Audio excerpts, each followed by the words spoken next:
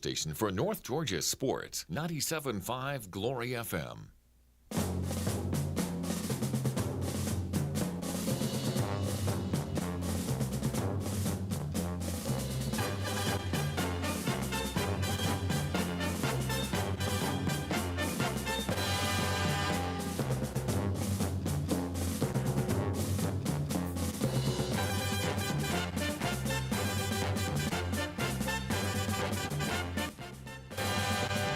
It's 9:05 at 97.5 Glory FM, and welcome once again to the Saturday Morning Sports Show.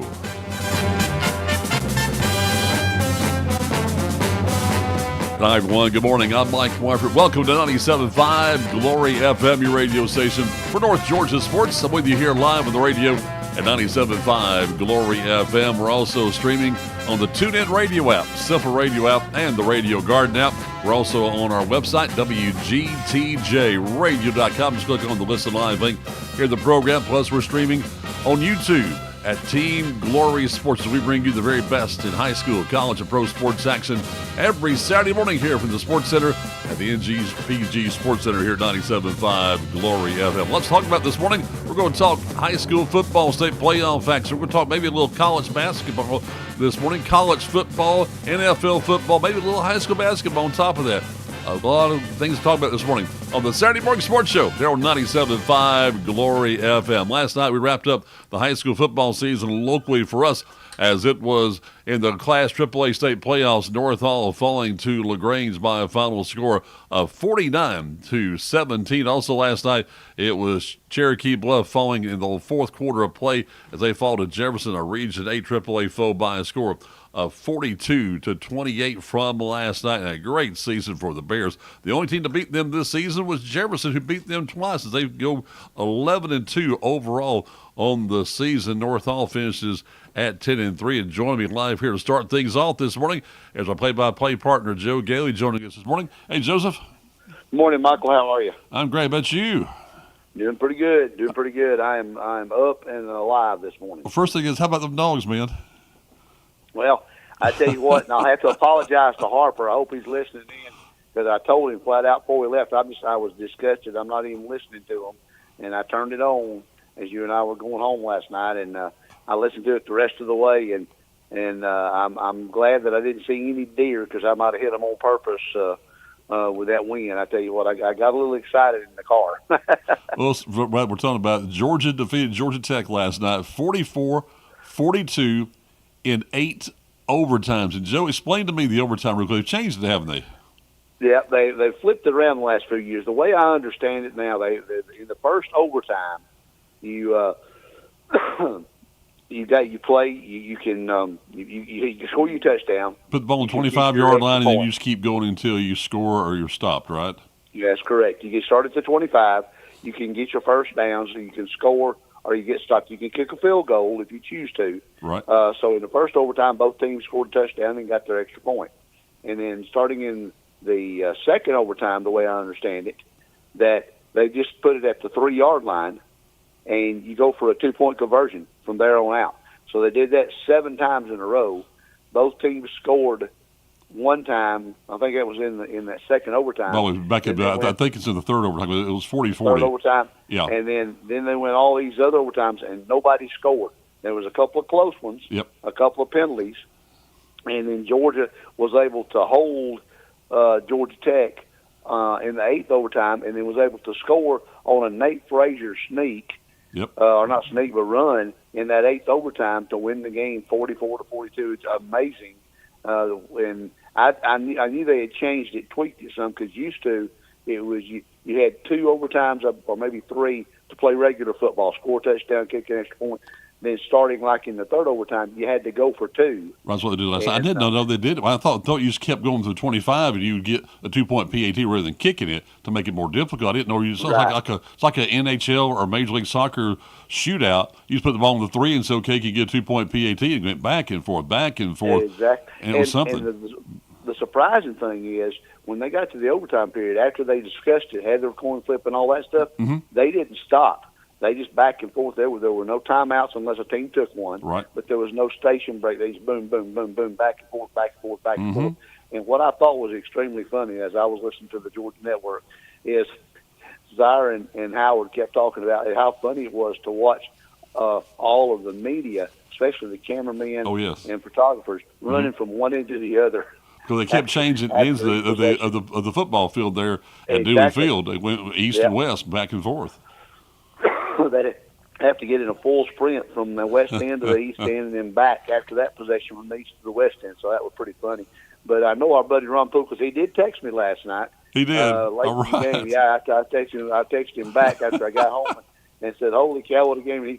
He said, "I'm gonna have to go back and look at it. It was amazing." I was surprised he stayed for the entire ball game from this time. I knew he would, but I knew it was cold last night, and a lot of people left. You know. Well, it's funny because a lot of people left. I heard him talking about that also. A lot of folks left there when Tech went up 14 points. Oh, yeah. And Georgia came back, and you and I were listening to it. They cut it to 7, and then Georgia didn't score after a turnover. A local boy, Dan Jackson, caused a fumble in Georgia Tech territory. Georgia was able to go down and score after that to tie it up late in the game, and then lo and behold, come back and win that rascal. Unbelievable. It's amazing what they did down there because, I was counting them out. You heard me ranting and raving. Yes, I did. Folks, if y'all had been with me, it would have been bad for radio to be with us last night. I was upset. Uh-huh. But the thing about I've sent Dan a direct message this morning, so he may be in the bed right now in his apartment there in Georgia because it was a late night last night. It was almost about 1 o'clock by the time everything got it was. through. It was after midnight, and they were still out meandering around after the Governor's Cup presentation and. So Dan's either still up or he's asleep, one of the two. So I have sent him a direct message and see if he might get in touch with. Boy, talk about a career. The job he has done, the former North Hall MVP, now in his postgraduate time there at Georgia, and the job he's doing defensively, Joe. I mean, he might could play at the next level. To go on and be a walk-on. Yes. And have the career that he has had there, and have the big turnover caused the big turnover last night to allow Georgia to score the tying touchdown at the end of the game. Then had another big hit to keep Tech from scoring when he sacked the quarterback there in one of the overtime periods. Just unbelievable. And he's had several big blocks in his career, block punts, block kicks. And he's very, very – he's made Hall County and North Hall proud, that's for sure. Absolutely. I was talking about high school football. Last night, season came to a close for both Cherokee Bluff and North Hall. We were hoping both those teams would win to have a team in the state championship. But two very good teams. They played last night in LaGrange and Jefferson, who will square off next week to see who goes into the state championship against the winner of the other bracket between Stevenson and Calhoun. Those are the final 4 teams in Class AAA play.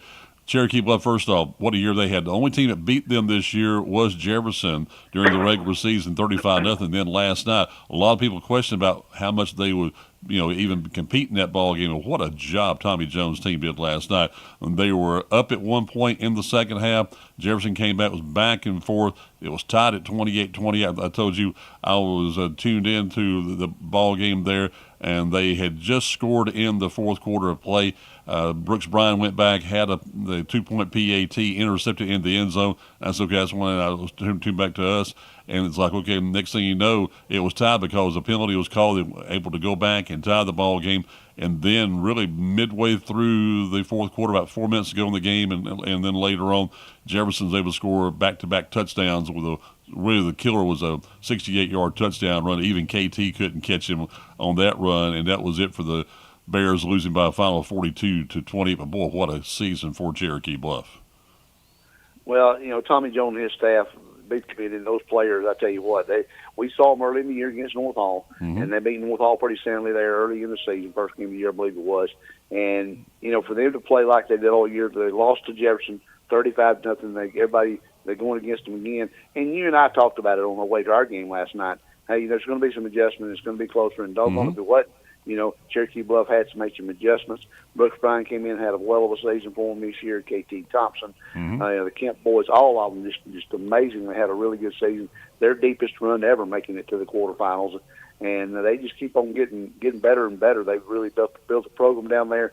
Got a lot of good things going on. Their junior program is up and coming and doing well. So I think it's one of those things at Cherokee Bluff. They've got the athletes in that area now.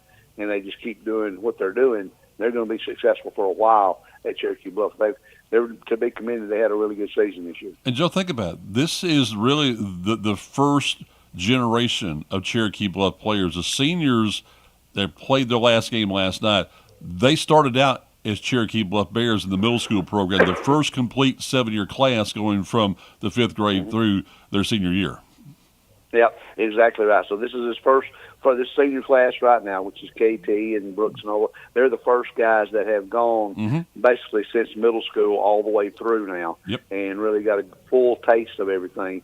The success that they've bred, the first couple, when they got to be a little bit better in football, a little bit better in football, a little bit better, and that's carried over to the basketball programs, to the baseball programs, to the softball program this year, to the volleyball program, and they've just continued their success in each sport and done very well with it. And I think that success is just going to keep breeding itself over and over down at Cherokee Bluff. Bears finished 11-2 overall on the season. They were finished in a 3-way tie with Jefferson and Oconee County for the Region 8 AAA championship, got the number 2 seed in the tournament.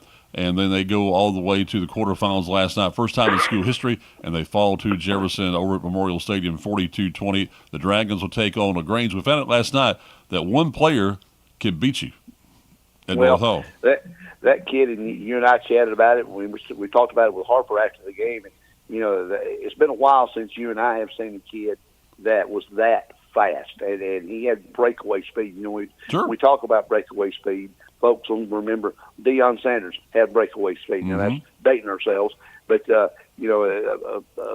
Sanders had breakaway speed. Well, this Fanning kid has got breakaway speed, and he showed that last night. North Hall, as I was telling you last night, there was two touchdowns that North Hall kids had an angle on, and he's just like he put it in second gear, and boom, he was gone. But he had 3 touchdowns runs, well over 50 yards, and wound up with like 294 yards and played very, very little, if any, in the second half. And the breaker, Joe, was the play, go back, is that North Hall had a field goal that was blocked. They get the ball inside the 10-yard line, first play, and it reminded me of the Stockbridge game last year. Boom, he was gone. And the thing about it, as you mentioned, he just kept accelerating as he got further downfield. Yep, he did. He got 20, 30, and what I noticed about him on I guess it might have been that first or second touchdown run, Mike. He started around one corner and he just stopped in place, shot into a hole, then he changed directions again. It was almost like a video game. Boom, hit stop, went to the other direction, and boom, took off. So his stopping on a dime and then acceleration speed was amazing. If you can go back and watch it on video on the NFHS network, the National Federation of High Schools, with their network, they were broadcasting the game last night. You'll see what Joe's talking about. Literally, this guy at one time, his name Malachi Fannin, had a hyphenate last name, is that you're going to hear a lot about him in the future, is that he would actually zigzag, Joe, at one time going past guys, 4, 5, 6 times on one run that he had? The one run he went up the sideline, Gary and I kept really talking about that because he went down and he did a spin move in this run. He went down on one hand on about like 2 or 3 fingers, kept his balance with those 2 or 3 fingers, able to get back up without his knee touching the ground and keep his balance and change direction because he was all the way on their sideline, cut back across to the middle of the field. That's when he did like a pirouette there around a couple of guys and was able to basically drag a guy into the end zone from about 3 yards out. And next week basically could be for the state championship as LaGrange will play at Jefferson. Look at that matchup, Joe. That's going to be really something special. That's going to be a heck of a ball game. And LaGrange brought a decent crowd to the Brickyard last night, so that ought to be a well of a ball game down in Jefferson next week. And the winner will take on the winner of the other game between the number 6 and 7 seeds in the tournament and Calhoun, which won their game last night, and then Stevenson out of DeKalb County in the Stone Mountain area. They won their game from last night. Calhoun was sort of a surprise. They defeated the number 1 team in the state, which was seeded number 3 in the tournament, Peach County from Fort Valley. And you know how strong they are after defeating Chesty the way they did in the first game of the playoffs. Then Stevenson defeating Southeast Bullock. You love this story, Joe. Southeast Bullock, which is down south of Statesboro, and we've been there for baseball before. Great little rural community down in that part of the state of Georgia. They had not been this far along since one of our friends was coaching there back my junior year in my senior year, 1974, he just left. The great Mike Stotz, who had left Southeast Bullet to come back home to Gainesville, was one of our assistant coaches. Back then, they were a Class A school back then. Had like 90, I think they had like 90 male students in the school, and most of them played football. And this is the first time they had been that far, so they made it to the quarterfinals, but then it was Stevenson defeating them last night. So Stevenson and Calhoun, and then you have Jefferson going up against LaGrange. So you're going to see 4 very elite football teams in the state of Georgia in Class AAA going for the championship. Yeah. And we always talk about South Georgia football and North Georgia football, and we've seen some really good teams on both sides. Yes. And there'll be some good matchups next week, in the semis. Well, the big one is here, local talk, North Georgia football. The dominant team continues to be Buford, as they score 28 unanswered points in the second half, and they defeat North Gwinnett by a final of 43-7, 15-7 at halftime. And then playing there at Tom Ryden Stadium, they get ready to say goodbye to that stadium, go to their new big stadium in next year to host 12,000 people there at Buford for the 2025 season. They were able to defeat a team they had not played. It's amazing, between Swanee and Buford, they had not played each other this century. It was back 25 years ago the last time they played. Yeah, that's amazing. When y'all were talking about that last night, I said, that doesn't sound right. But, exactly. Because they're that close to each other, Yep. All right, but so we saw some great football. We got another one here locally out of Region 8 Quad A, North Oconee. They defeat Cartersville last night. Hurricanes came back, made a game of it, 28-26 the final in that one. And in Class 6A, along with Buford West Forsyth, they lost their game last night to Douglas County, which is the number 2 team, really the number 3 team. So you've got Carrollton, Buford, and Douglas County, the top 3 teams in the state there in Class 6A going for the state title. Buford's got to go against Carrollton. That's going to be a big matchup also next week. Yeah, that absolutely be a big ball game down there with those guys. And, Buford, that mystique with Buford, and but you're playing Carrollton. And Juju Lewis is the real deal at quarterback, being recruited all over the country. He's decommitted from USC and looking at another school now. And so, it's ought to be a dandy ball game right down next week in Buford. There'll be well over 10,000 people watching that one, that's for sure. Probably so. Are you ready for basketball? I'm ready, sir. We've already had a couple of tip-off games earlier in the season. We hit it full stride Tuesday night, and you and I will be there carrying you all the action. We'll have a handful of games before Lanier Land. We'll crank into that, and then we'll roll right into region play in January. I tell you what, there'll be some pretty good basketball this season between all of our local teams, that's for sure. Hey, Joe. Hey, region play Tuesday, Friday. We start right into region play starting this week. We've got a Region 8 Quad A matchup on Tuesday. That, aren't we? Yep, Madison County is at Flyer Branch on Tuesday night. And then on Friday night, it will be North Hall and White County in Region 6 AAA play. So we've got it going for you. All important ball games throughout the month of December going in to the Lanier Land Championship on Saturday, December 21st, right here on your radio station from North Georgia Sports. Always, friend, appreciate it much. Have a great day. All right, buddy. Have a good day. Take care. Take care. Bye. It's Joe Gailey, who's the best play-by-play guy going here on 97.5 Glory FM. We got much more for you. Coming up next is we'll talk a little medicine with NGPG. We'll talk college basketball, high school basketball, pro football, more as you're tuned to the Saturday Morning Sports Show here on 97.5 Glory FM.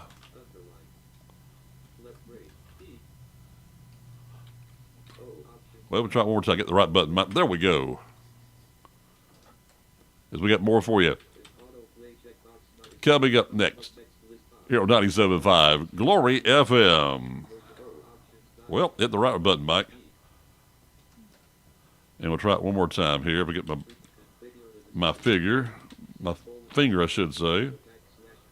And let's see one more time. We hit the Injuries are never planned and often happen after hours or over the weekend. That's why NGPG Orthopedic and Sports Medicine offers the Black and Blue Walk-In Clinic for injured athletes every Monday morning in their offices in Gainesville, 97, Brazelton, Buford, Bushton, and Jefferson. No need to call. Just walk right in between 8:30 and 11:30 on Monday mornings. And one of their sports medicine and orthopedic doctors will be there to help identify, treat, and care for your injury. To learn more, you may visit ngpg.org/blackandblue.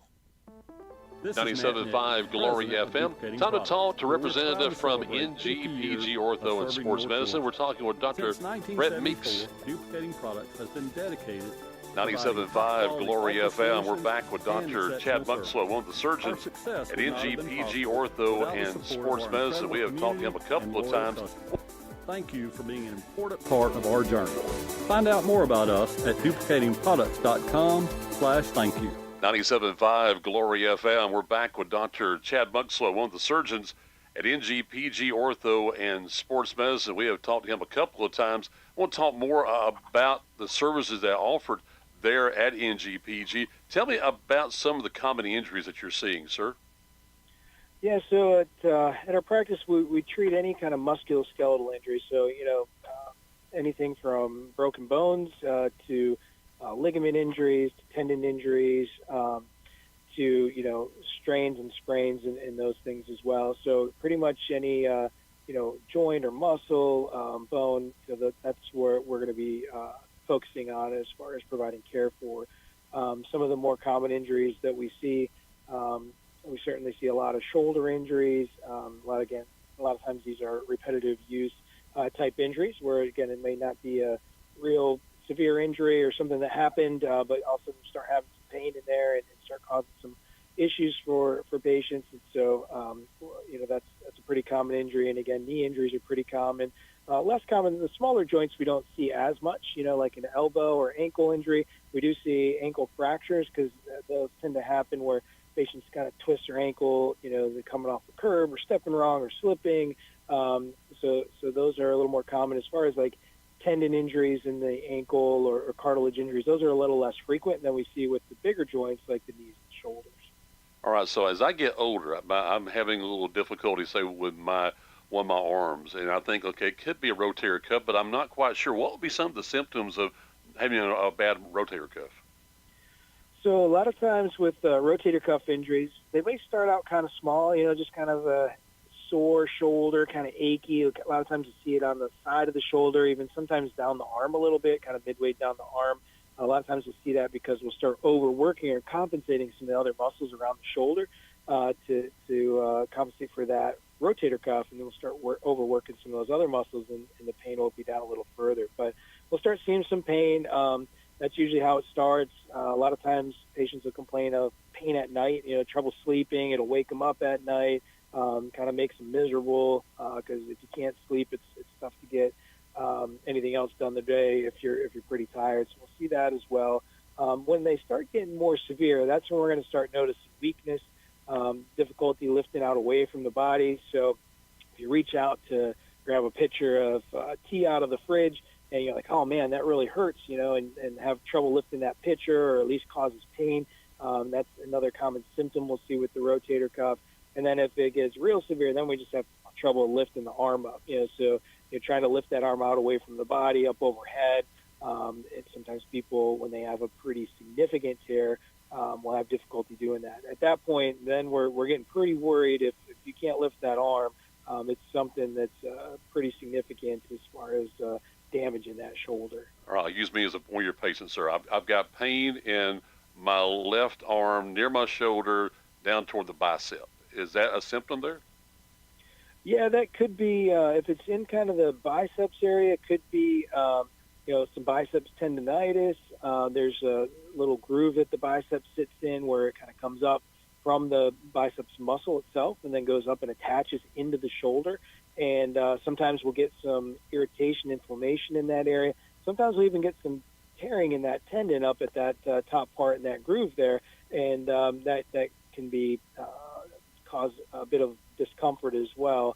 So we'll see that, that biceps tendon can be a big pain generator if there's some inflammation or a little bit damage to that tendon as it comes up into the shoulder. And then it actually attaches deep inside the socket of the shoulder. One of the tendons of the biceps does. Sometimes that'll kind of pull away and cause some pain in there as well. So we'll see that kind of more in that front area of the shoulder when we're doing things like reaching out, lifting up, reaching back behind. Like if you're going to grab your bag out of the back seat of the car or something, you're reaching back and start feeling kind of pain across the front of the shoulder. That could be more of a biceps injury.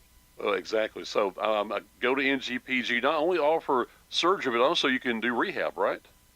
Absolutely. So, we certainly try to focus on surgery as a last resort, right? So we want to try any conservative measures we can to get patients better. So we try, physical therapy, either going to see a physical therapist, or sometimes we'll set you up with exercises that you can do on your own at first. Sometimes we'll do some injections just to try to reduce inflammation if we need to. A lot of times it's a good way to get pain reduced quickly because we can put that medication right at that site.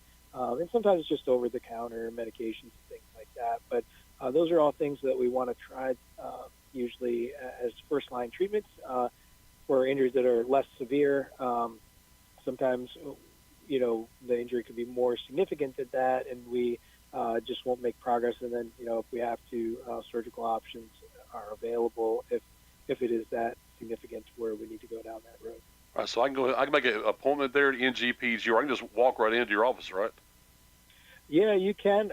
It's easy to call. We can usually get you in right away that day or the next day, usually without too much difficulty. You can just come into the office if you have an issue, and we can usually get patients worked in. We try to make time and have space every day to get people in if we need to, and kind of work them into the schedule for sure. So tell me where you're located. So I'm located at our Gainesville office, which is in Medical Park 1, just on Jesse Jewell near the hospital there. I also see patients in Dawsonville at our Dawsonville office. We have a brand new medical office building that just is being built there, and so we see patients there. I see patients there as well, and so we kind of focus on those areas. But we do have other locations throughout the Northeast Georgia area, such as Brazelton and Jefferson and other areas as well, sometimes some smaller satellite clinics. But main office is definitely Gainesville and Dawsonville are kind of our main locations in addition to Brazelton. Well, thanks to Dr. Chad Muxlow of NGPG Ortho and Sports Medicine. We got more for you coming up next on 97.5 Glory FM. It's flu season in North Georgia, and now is the time to take care of yourself and get your flu shot at Riverside Pharmacy. Nobody wants to be hit with the flu bug, but if you haven't had your shot yet and you've been bitten with the flu, the pharmacists at Riverside Pharmacy in Gainesville can help you too. They can fill your prescription with expert care and have you up and going before you know it. And they're your headquarters for all of your over-the-counter needs. Riverside Pharmacy across the street from City Park, serving Gainesville for over 60 years. Hey, it's Coach Mark Richt here. Everyone knows defense wins championships. And if you're not using EMC Security to defend your home and family, you need to step up your game. They're who I use for home security and cameras, and you should too. I've scouted them all, and there's no better choice. With EMC Security's no contract and local service, they are a clear number one. So give them a call or visit them online at emcsecurity.com. That's emcsecurity.com. We're back on the Saturday Morning Sports Show, 97.5 Glory FM. We go back to the phones now and talked a little high school basketball this morning with Chuck Graham, the head boys basketball coach at West Hall. Hey, brother, how you doing? I'm doing well, Mike. How are you? I am blessed, my friend. How's Thanksgiving? Thanksgiving was awesome, man. Being able to spend time with family, something you can't take for granted. So, yeah, it was awesome. I mean, we don't promise tomorrow from that standpoint. So, let's talk about high school basketball. How's that playing game? Playing game was a good game, man. Johnson is always well prepared and well coached. We got out to an early lead, and I think we forgot what got us the lead. Is Johnson was able to make a run, but we were able to hold on and pull it out. All right, we're talking with Chuck Graham, the head boys basketball coach at West Hall. So, to get into the Lanier tournament in 3 weeks, you had to be the number 8 and 9 seeds had to win a playing game to get in as the number 8 seed in the tournament and play the number 1 seed, the defending champions from last year. So, tell me about the preparation for it, Chuck. You got region play coming up this week, don't you? Well, yeah, I really, we break the season down into actually 4 parts. And the first part is just the early preseason, which included us playing in this play-in game. Mm-hmm. And then you go to Lanier Land and then region, and then you're preparing for the region tournament. So the preseason has been pretty well, man. We've actually had to overcome some adversity. We've had a season-ending injury to Tarek Tilley, our 6'8" guy, which basically changes the way we play. But we're just thankful for the opportunity to keep competing. We got into Lanier Land, which was one of our goals. So we're just grateful to have an opportunity to play against a great Cherokee Bluff team. So we're looking forward to it. Yep, no doubt about that. And the Bluff's going to have some football players joining them. Of course, Boston Curse leading the way for them. They're undefeated so far. Yes, man, and they played a really difficult schedule. So, those kids have basically seen everything. They got a good core group of seniors. So nothing will surprise them. I thought they played great in last year's tournament, even during the regular season. But this preseason, they've been really impressive. I don't think anyone has come close. I think their margin of victory is somewhere around like 15 points. So it'll be a challenge for us. But again, what a wonderful opportunity for our guys and for our community to play against the number one team right off the bat. All right, so tell me about your schedule this week. Well, actually today we play 4 o'clock at Commerce. Then we come back on Tuesday. We're at Jackson County. And then on Friday, we're at Appalachia. So it's a busy week for us, man. And Gonna get you ready. All these games are preparing us for, playing in January and hopefully in late February. Yep, and what a region you got too, Chuck, there in Region 8 AAA with some just outstanding basketball teams. Again, man, I think Hall County's basketball, I know a couple of years ago, the community was like the basketball is down, but you're talking about making a 180. Uh-huh. And being in a great region for us, if we can withstand this, I think it'll help us to make a run. But you're looking at, again, Cherokee Bluff. We're going to play them at least 3 times this year, starting out in Lanier Land. And you got East Hall, which I believe they're undefeated also. They are. With 2 players that could actually be all-state guys. So, and they're young. So, that's another, and they're in our region. And then you say, Flowery Branch is playing pretty well, so improved over last year. And, North Hall is always going to be tough. You just never know. And, of course, Gainesville, they're probably one of the top teams in the state.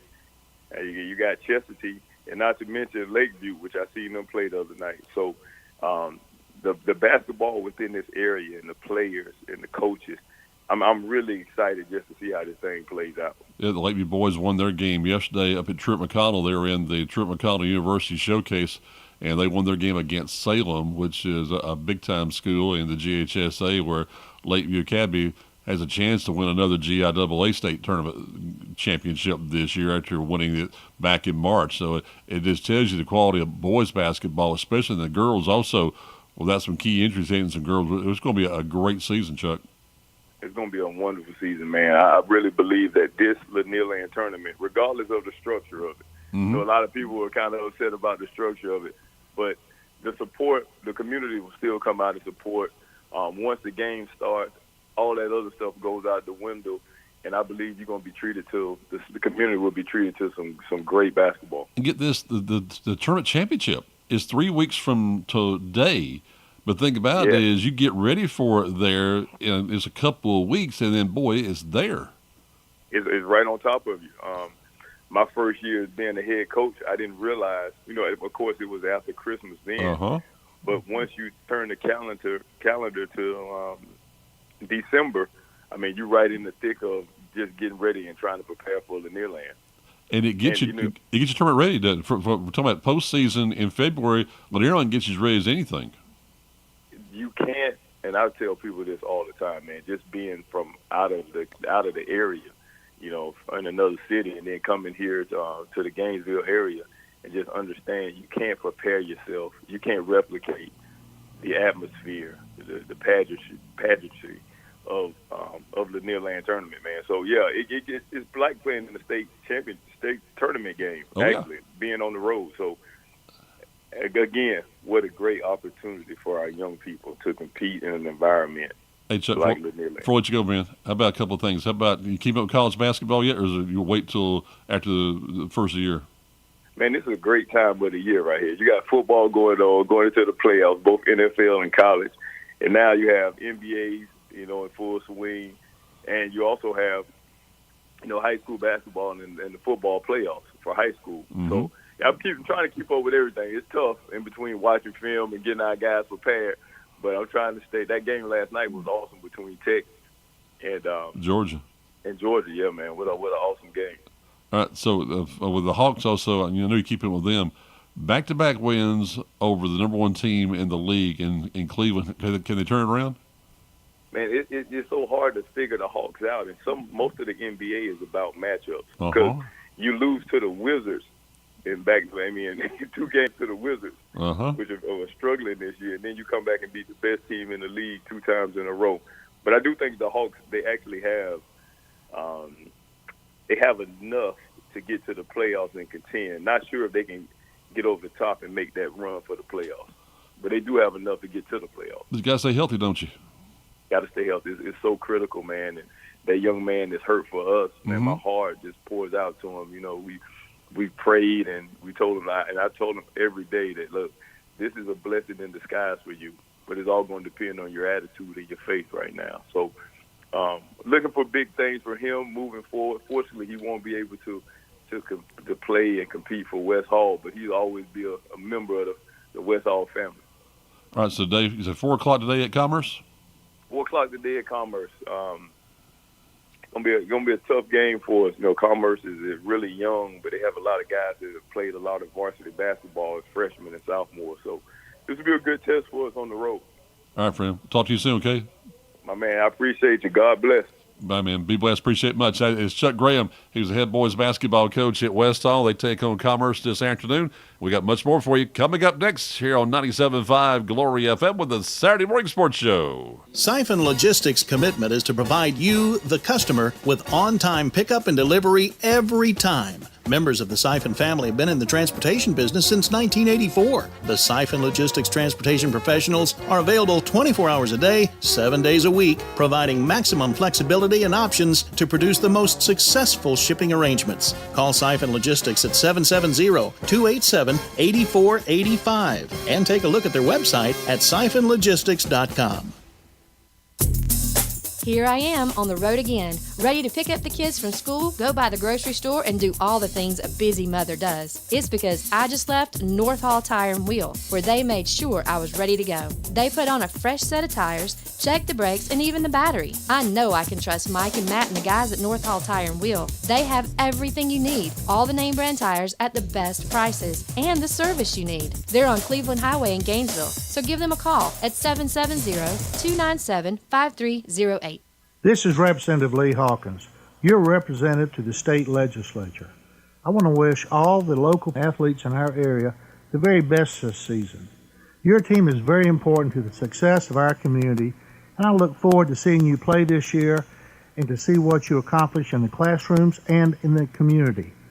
I also look forward to serving you and your family in the state legislature. This message paid for by the committee to re-elect Lee Hawkins. Well, too, our time is flying this morning here on the Saturday Morning Sports Show. It's 9:43, 17 until 10. Let's talk a little NFL football now and other football with Harper Obell this morning. Hey, Harper. Good morning, Mike. Have you thawed out after a chilly evening last night there at the Brickyard? Let me tell you something. I just took my heated jacket off before the show started. I didn't want everybody to see me here in the studio with a heated jacket on because I'm still chilled from last night, friend. I'll tell you, it was cold. Yeah. Well, imagine if we had to do an 8 overtime game, like what happened on the way home while I'm listening to this game. And thank goodness the Bulldogs won for Joe Gailey. Gosh, how mad would he be right now if he had to go on the air with you, as big a Bulldog fan as he is. But what a valiant effort there by Tech. Gosh, yes. I got home. I'm driving, and there were, under 6 minutes left to go, and I'm listening to Scott and Eric Zier, and it'll take nothing short of a miracle for the Bulldogs to pull this out. And next thing you know, they score quickly. They get the ball back there at the 2-minute warning, and the rest is history, folks. What a valiant effort by them as well. Hey, you know who the hero was, don't you? The hero was our own Dan Jackson, who made that hit on King, who got the fumble there, and next thing you know, the Dogs are in business. Yep, you never know who's going to make a big play for you. or not make a big play. I think Tech, as angry as they can be for being in that game, one, congratulations, and two, having multiple chances to win it. Both teams did there in overtime. When one would fail, then it seemed the other would up until the eighth overtime. But congrats to Georgia. They deserve it. They're a very good football team, and they may be national champions. And Tech, if you played the national champion just a couple weeks before they were crowned and put them into 8 overtimes, good news is on the horizon for you guys as well. All right, so this, excuse me a second. Pardon me here, folks. Tell me about this overtime rule. Would you like to see that maybe in the NFL? I probably no. I like the separation. I want to have a chance. You know, if I lose the coin flip and the other team scores, I'm done. I don't necessarily like that, but that's what overtime is. You know, George Carlin used to have a comedy routine. He goes, you know, the difference between football and baseball. Yes. In baseball, it's extra innings. In football, it's sudden death. And he would just make interesting analogies. And I don't know if there is a best or a right way to correct it where everyone will agree that it's best, but I think they're forcing too much. They want the game to end. Right. They don't want it to go for 5 hours. I Right. understand that. Uh-huh. And last night was an exception. But, you know, whether it needs to be re-looked at and modified and changed, I'm not sure. The college game is great. You have a chance. Uh-huh. You're going to get the ball. If you can't score, well, shame on you. That's the way I look at it right now. Yep. All right, got to ask you about, though, real quickly, about the college game right now. So let's just say Georgia as an example right now. You played 12 regular season games. You're playing a conference championship next week. That's 13. Okay, if you lose that game and you get in to the playoffs as a non-bye team, you know, the top 4 teams, the conference champions, receive a first-round bye. Harper, you're going to play 17 games like the NFL. And we're talking about college players, and that is a lot of football. You'll notice that a lot of rookies in the NFL start to lag at this time of the year because they're really not used to the extension of a season, playing into January in meaningful games. And you're seeing it now in college. You look at the fatigue factor that kicked in yesterday. Yes. You know, you have to have your attention and your body and everything at the highest capacity, focused and ready to go, especially if you're a top 15, top 12, obviously, top 18 every single week. That's not easy to do. I think we saw a little bit of that last night, Mike, when you get some of these high school kids, 16 and 17-year-olds, that are giving everything they have week after week after week after week, and it's not easy to do. And I think, you know, as good as LaGrange was, you see North Hall, whatever they did, it just wasn't enough. They all looked like they were tired. And so I'm not coming up with any excuses for anybody, but the business behind it, Mike, here's another thing that you and I throw out there. We've been on the show till noon. How do you pay for fans to go to games 4 or 5 weeks into the playoff into January and still keep it where the stands are full like they were last night? Oh, sure.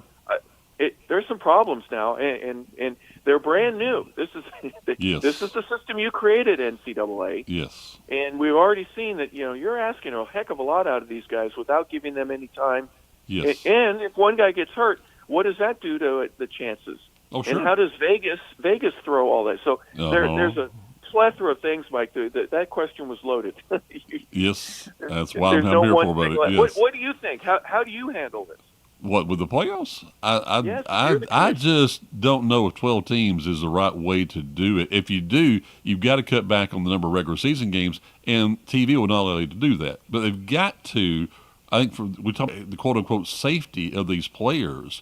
There's only so much your body can handle at that age, I think. And you're playing 17 games, I think is asking way too much for these players. That's why I say, you know, wouldn't mind going back to 10-game regular season, but you just can't because of the way the number of teams in the Big Four. Well, even with the 3 games actually, with the 4 teams that you had last year, it looked to me like Washington and Michael Penix, they just ran out of gas in the second half. They point. knew they needed to come back, and they just couldn't do it in the way that they probably would have been able to in Week 6 or Week 8 earlier in the year. I think Husky fans might agree with that. Michigan says it doesn't matter. We had the best team anyway, so there's nobody that was going to beat us. So in the future, that debate will go on forever. Well, in the future, we're going to have a podcast that'll go about half a day. For example, we talk football all day long with Harper Bell. So you mentioned Michael Penix. How you saw him in the last ball game, and what kind of adjustments do the Falcons have to make in the bye week to win a football game tomorrow against the Chargers? Well, I think the advantage the Falcons have right now is a team played on Monday night, and they lost at home, and they've got to travel halfway across the country. Yep. And it's a early start for them. It's the equivalent of 10 o'clock in the morning. So the Falcons and you have a Thanksgiving holiday in the middle of that. Yep. So somehow or another, Jim Harbaugh is going to have to get his team to focus in a way, and maybe they run out of gas a little bit. So if the Falcons are able to take advantage of that, good for them, especially coming off a bye week. So there's a lot of things that the Falcons, I call it due diligence. When you look at what you've done over the course of the year that is either predictable or that you haven't done well, you have a chance to correct those things. All right, so if it's 3rd and 5 and you run to the right all the time, guess what? Most everybody in the NFL knows that, except for maybe Mike Wofford and Harper LaBelle. Exactly, yes. But the teams figure that out, and maybe you want to run to the left, or you figure out how to run better to the right if you're going to run the ball. Or should I do play action on that? Go ahead. I'm sorry. How much difference does Jim Harbaugh make in the Chargers? Well, last year they picked 5th overall, and this year they're 7-4. They win this game. They're not a lock for the playoffs because Kansas City at 10-1 is already in. Think about that. But they're fighting for a playoff berth, and that's exactly what the draft and the order that it's in is designed to do. Yes, Coach of the Year. I don't know. Matt Eberfloss is certainly not going to win it, but Jim Harbaugh is certainly in the conversation for what he's been able to do there. Defense is number 1 in the league. That's the thing that is changed in the Charger camp. That's completely different from last year. They're stopping people. Offense is average, maybe a little bit below middle of the pack average. They're 20th in passing and scoring. They're in the middle of the pack there. But defensively, they're the hard. And they gave up 30 points against the Ravens, and they're still number 1 in defense. So that to me speaks volumes. But they've got a couple guys out this week. I just had it up here. Give me a second. I was looking at their so quarterback Cam Hart is out. Safety Gilman, he is out. Linebacker Perryman is out. And running back J.K. Dobbins, who's actually really good. He's got 1,000 yards this year. He's out. So all those guys, and linebacker Dylan Henley, he's questionable. So they got 4 or 5 guys that play that will not be playing. They'll be in street clothes. Harper, so for the whining Atlanta Falcon fans and the whining Atlanta media, okay, what's wrong with the Falcons, Harper? They are, there you see a quarterback that throws over 500 yards. Now you can't even, stay upright, it seems like. Well, if you protect him better, maybe he'll. There you go. Talk to me. Goodness yes, gracious. Preach it, Harper. Here's another thing. Hey, Mike, as bad as it is, and Falcon fans that are whining, you said, would you like some cheese with that wine? I throw that out there. Guess what? Who's in first place in the division right now? The Atlanta Falcons. No kidding. A lot better than where we were at this time last year, and did it show you something, though, Harper? When people are complaining, whining, and groaning right now, you're in first place. Yeah, it's like listening to Joe Gailey complain last night. We're down 17-0. Is it over? It's not over till the fat lady sings. That's the way I was. There you go. Joe's laughing right now. Okay, yes, I hear it right now. I hope he is. He's laughing all the way to the bank because his team's already in. They're going, and congratulations. Good for them. And the Falcons win the division. Guess what? They're in. So you can't win the lottery unless you buy a ticket. And the Falcons' ticket is purchased with the division win. We get real quick. How about the adjustments the Falcons had to make over the bye week? It came at a good time, didn't it? Well, would you prefer it at week 5 or week 9? Now here it is, week 11 or 12, and guys need a break. We just talked about that. In the college game, they should work that out to where there's a week to give these guys some rest, and everyone gets a different week. But a full slate, obviously, this weekend with the holidays, the Thursday games. Yesterday with the Chiefs and the Raiders, that was a close game, and then there'll be plenty on Sunday as well. All right, so Harper's going to join Dave Cohen this afternoon from Center Park Credit Union Stadium. Go ahead and dress warm, please, okay? And so the final question for you is, Dave, with the upcoming playoffs, does anybody outside the Big Four get into the playoffs? Does the Boise State get in? Does anybody else from any other conference get in? Well, everyone seems to think Boise's already a lock. I was surprised that Tulane lost, and that to me, they were an outsider chance. SMU, those types of schools. But I part of the reason you want to do this, Mike, is for parity. And how do you have 4 SEC teams and only one ACC or the Big 12? Exactly. Have they cannibalized each other during regular conference play to where they've all? And if that happens, then you're going to start seeing, the money that they're being dismissed from participating in, maybe you have to have a little collusion where, we're going to let the Buffaloes win just so they can get in, and we all will get some money out of that. So I don't know how you do it, but you want it to be fair, and let's be honest also. You throw Notre Dame. Remember what happened when Notre Dame made the playoff a decade ago? They go against Alabama, and they were embarrassed by Bama. It wasn't even a close game. So you want to have the best teams play, and maybe there is a reason why 4 or 5 SEC teams make it, and no one makes it from the Pac or from the Big 12. I don't know how to figure that out yet without a calculator, computer, take my shoes and socks off, and use all my toes to figure the numbers out. It's very complicated. But Harper, remember the Sun Belt, as Dave Cohen will say, okay? Remember the Alamo. And by the way, yes, he went to the Alamo twice while we were at that. He went in the evening on Friday and Saturday morning before he played. That's right. He Not is going once, to be a curator. but twice, yes. Yeah, and it's not like the first time he's ever been. He wants to be a curator and educate you. You have to pass a test in order to leave the Alamo, according to the world of Dave Cohen. But a big game there for the Panthers, a chance to go 4-8 instead of 3-9, and recruiting and a lot of things are on the line for that, to say congratulations to the seniors and start building for the future. Tell Del McGee Mike says, hey, okay? I will tell him that. I'm sure his comment will be. Oh, yes. Right. Who? Yes. Okay. All right, Carper. Thanks, man. Talk to you soon. All right. Have a great day. You too, man. Be blessed. We got much more. We're going to wrap things up with Dave Cohen coming up next here on 97.5 Glory FM. Kenzie with Millie's Drapery and Decorating, and we would like to thank the North Hall community for their continued support. Since 1968, my family has provided the area with beautiful custom drapery, bedding, upholstery, blinds, shades, and more. If you would like some help with your interior design project, give us a call and we'll schedule one of our talented designers to give you an in-home consultation and estimate for your project. Call us at 770-532-3819. This football season, score big with Tim Hunt State Farm Insurance. From protecting your home to insuring your car and your life, State Farm offers plans to fit your needs, just like a perfectly executed play. Plus, with your local State Farm agent, Tim Hunt, in your corner, you'll have a personal quarterback who understands your community and your needs. State Farm, Highway 129, south of Cleveland. Hi, I'm Tim Hunt. We're here to help life go right. Tim Hunt, State Farm. All right, here's your 2-minute warning. We're going to talk now with Dave Cohen, wrapping things up this morning. Morning, David. Good morning, Mike. All right, Georgia State wrapping things up today against the Beach Chickens. They're the Chanticleers of Coastal Carolina. Preview it for me right quick.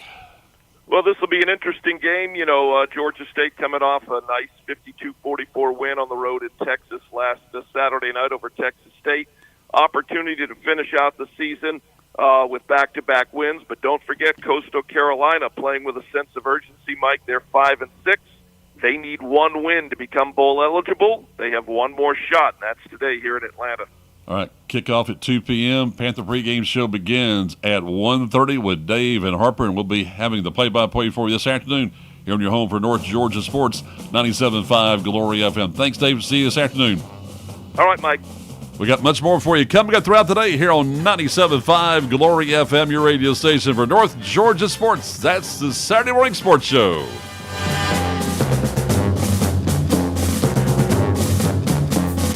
97.5 Glory FM is WGTJ, Murrayville, Gainesville. And